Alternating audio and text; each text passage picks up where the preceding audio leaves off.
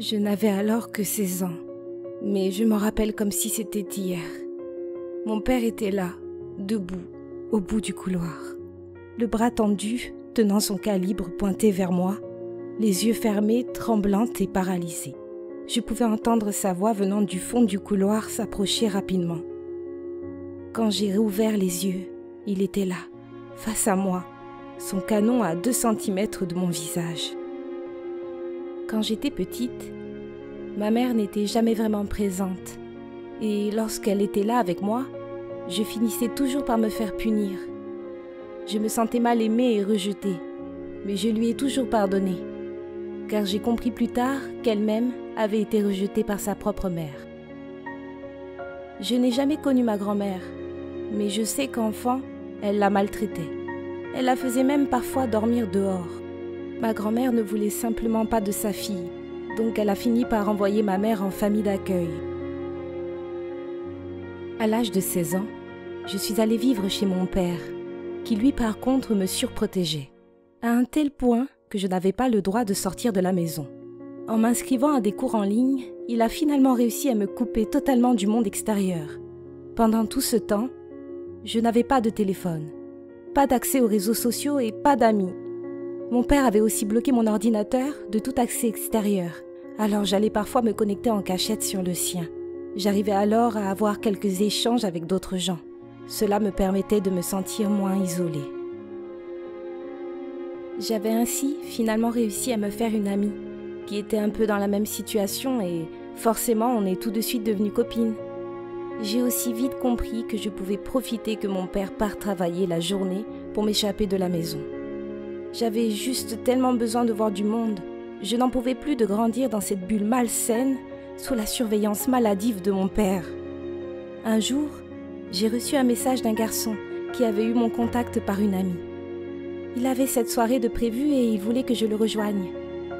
J'ai eu beaucoup de mal à me décider, car au milieu de la nuit, je n'aurais pas de clé pour entrer, mais je suis sortie quand même en me glissant par une petite fenêtre de la cave et je l'ai rejoint.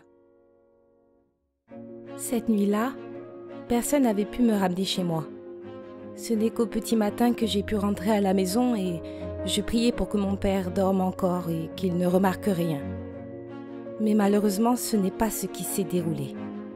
À peine avais-je passé le pas de la porte qu'il a surgi de la cuisine révolté. Il m'a attrapé par les cheveux et m'a traîné dans le couloir jusqu'au salon et c'est là qu'il a commencé à me rouer de coups. J'en ai tellement ramassé que j'avais des bleus partout, le visage boursouflé et la lèvre cassée. Après ça, il s'est rué dans sa chambre, me laissant là, gisante à terre sur le tapis au milieu du salon, comme une loque. Ok, je me suis dit, c'est fini maintenant, tu as eu ce que tu méritais. Malheureusement pour moi, ce n'était pas le cas. C'est à ce moment précis qu'il est allé chercher son calibre et qu'il est revenu déchaîné du couloir en le pointant vers moi. Il était là, devant moi, pointé entre mes 2 yeux. Les yeux fermés de terreur, j'ai bafouillé. « Je t'en supplie, papa, ne tire pas !»« Je devrais te plomber la tête maintenant. Au moins comme ça, tu me causeras plus de soucis. » il cria. Il n'a pas tiré, mais il s'est remis à me percuter, encore et encore.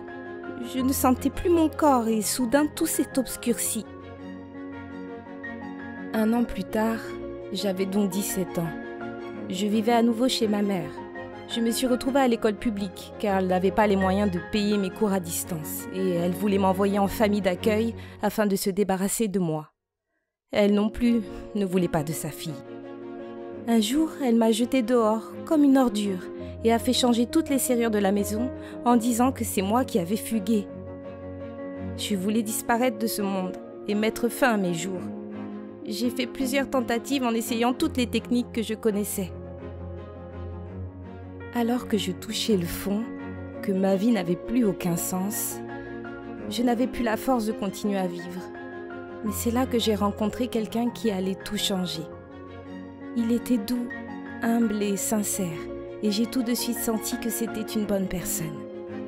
Nous avions tellement de choses en commun qu'il était quasiment inévitable qu'on ne soit pas ensemble. C'était incroyable. Nous sommes nés la même année avec 6 jours d'écart dans la même maternité. Nos dents étaient alignées de la même façon. Nos familles respectives venaient de la même ville Et ses 2 frères et sœurs, qui sont jumeaux, ont le même prénom que mes 2 parents. J'ai même grandi avec ses amis d'enfance. Mais nous deux, nous ne nous étions jamais vus auparavant. Durant cette période, je me sentais comme une plante négligée, oubliée dans un recoin d'une rue sans lumière.